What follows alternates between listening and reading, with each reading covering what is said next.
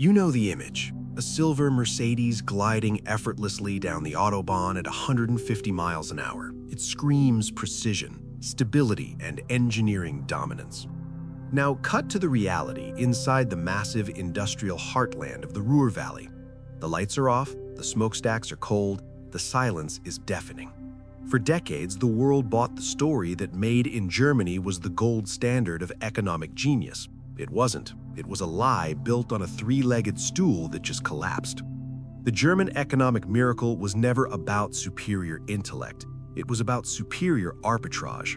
The formula was simple.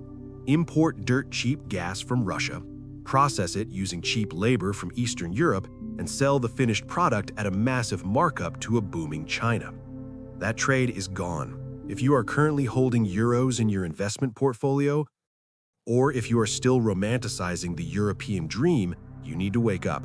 We are not here to talk about politics. We are here to talk about energy mathematics. And the math says the engine of Europe didn't just stall, it is seizing up right before our eyes. Let us look at the patient chart.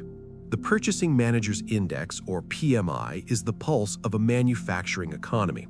A number above 50 means growth. A number below 50 means contraction. Germany has not just dipped below 50, it has been drowning underwater for a record-breaking duration. Industrial production is still sitting lower than it was before the pandemic. While the rest of the world recovered, Germany stayed sick.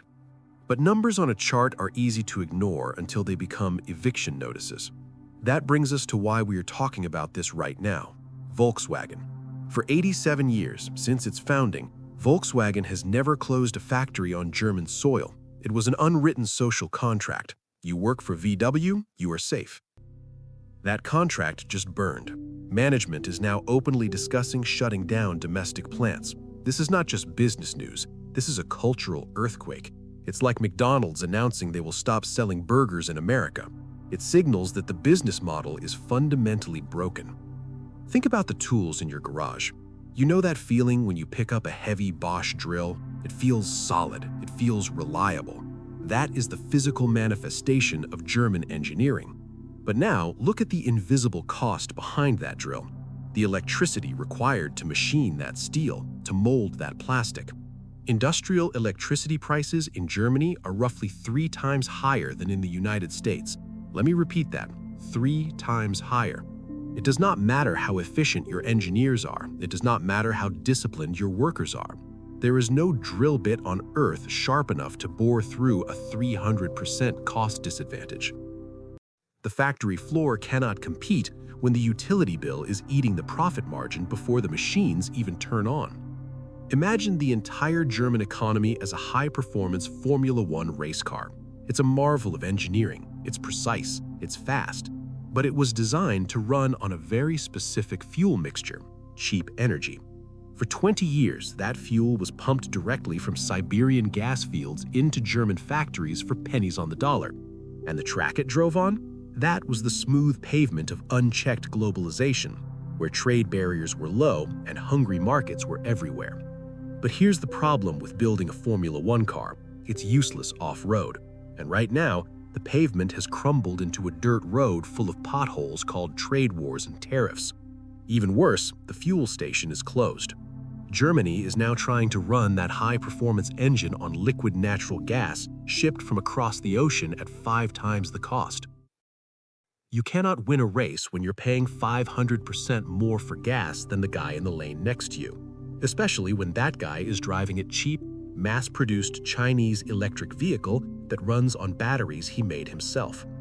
This was not an accident. This was a design flaw. It's called Energiewende, the energy transition. The plan sounded noble, go green, but the execution was strategic suicide.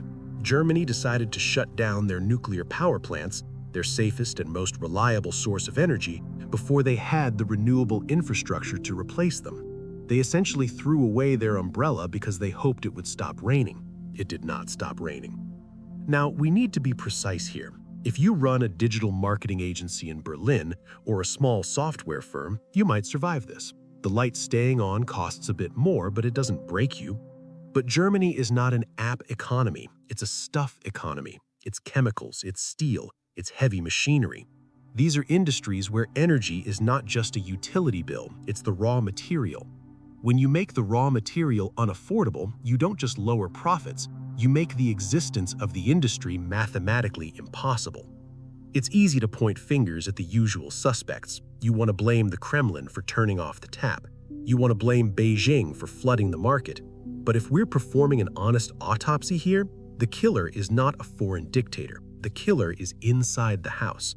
The villain of this story is hubris, German hubris. For a generation, the political and business elite in Berlin convinced themselves that they had solved the puzzle of history. They believed they could lecture the rest of the world on environmental morality while completely ignoring the basic laws of physics. They bet the entire farm on a philosophy known as Wandel durch Handel, change through trade. The theory was simple. If you buy enough gas from a rival and sell them enough cars, they become your friend. They believed commerce would prevent conflict. They were wrong, and instead of an insurance policy, they bought a suicide pact. Now, I can hear the comments section already. You are screaming, "You are exaggerating. Germany is still the third largest exporter on the planet." You are absolutely right. The numbers are huge, but you need to look at what they're exporting. Germany is busy exporting the past. They are the undisputed kings of the internal combustion engine in a world that is legislating them out of existence. They are the masters of complex mechanical engineering in a world that now values software simplicity. It is like being the world's best manufacturer of high-quality typewriters in 1995. The machine is beautiful, the keys strike with perfect precision, but everyone else is buying a computer. Germany is holding a winning hand in a game that nobody is playing anymore. Their dominance is locked inside dying technologies. And this is the ultimate irony. We're raised to think of Germany as the land of cold, hard logic, the land of scientists and engineers who measure everything to the millimeter. Yet, when it came to the most critical decision of the century, their energy infrastructure, they abandoned logic entirely. They shut down nuclear power, the only scalable source that could have saved their heavy industry, not because of math, but because of fear. The most rational nation on Earth made an emotional decision, and now the bill for those feelings has arrived. Deindustrialization is a long, sterile word often found in boring economic textbooks, but right now it is a moving truck parked outside a factory in Ludwigshafen. This is no longer a theory, it is a migration. The titans of German industry, companies like BASF and Siemens, are not going bankrupt, they're simply packing their bags.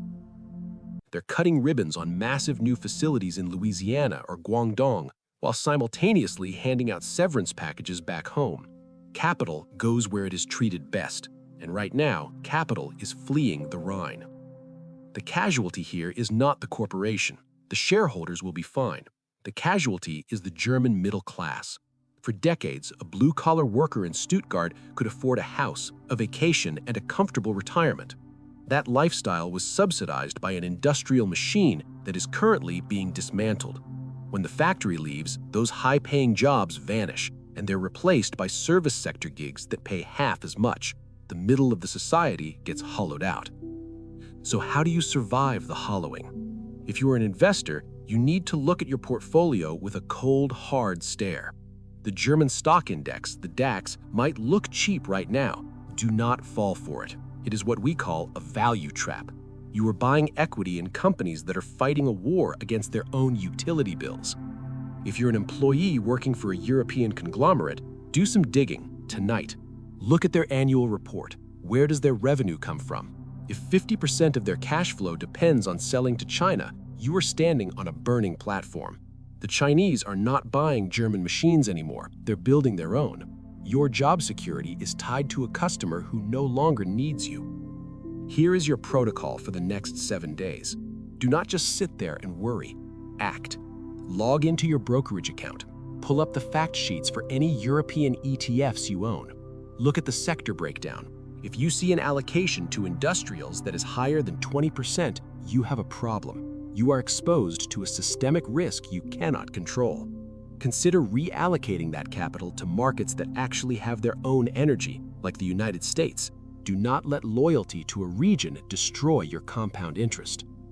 History has a nasty habit of rhyming. Back in the late 1990s, economists branded Germany with a humiliating nickname, the sick man of Europe. It took them 20 years of painful reforms to shake that title off. But today, they're voluntarily putting the hospital gown back on. Only this time, the prognosis is terminal. When they were sick in the 90s, they had a cure. They had the fall of the Berlin Wall and a hunger to expand into Eastern Europe. They had youth. Today, that expansion is over. The population is graying. There are no young workers coming to save the pension system. There is no new market waiting to be discovered next door. The sick man is back, but this time he's old and he's running out of options. There's a fundamental economic lesson here that the bureaucrats in Brussels seem to have forgotten. You cannot build a wealthy civilization just by printing currency and writing thousands of pages about the curvature of cucumbers. You have to actually make things.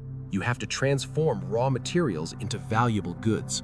Real wealth comes from production, not paperwork. When you make the act of production impossible through suicidal energy policies and suffocating taxes, prosperity doesn't just hang around out of loyalty. It packs its bags and buys a one-way ticket to a jurisdiction that actually wants it. Germany is learning the hard way that you can't regulate your way to a dynasty. The sun is setting on the Rhine, and it's getting cold. Make sure you are subscribed to this channel because while the lights are flickering in Europe, they're turning on somewhere else. You need to know where the sun is rising so you can move your assets there before the darkness settles in.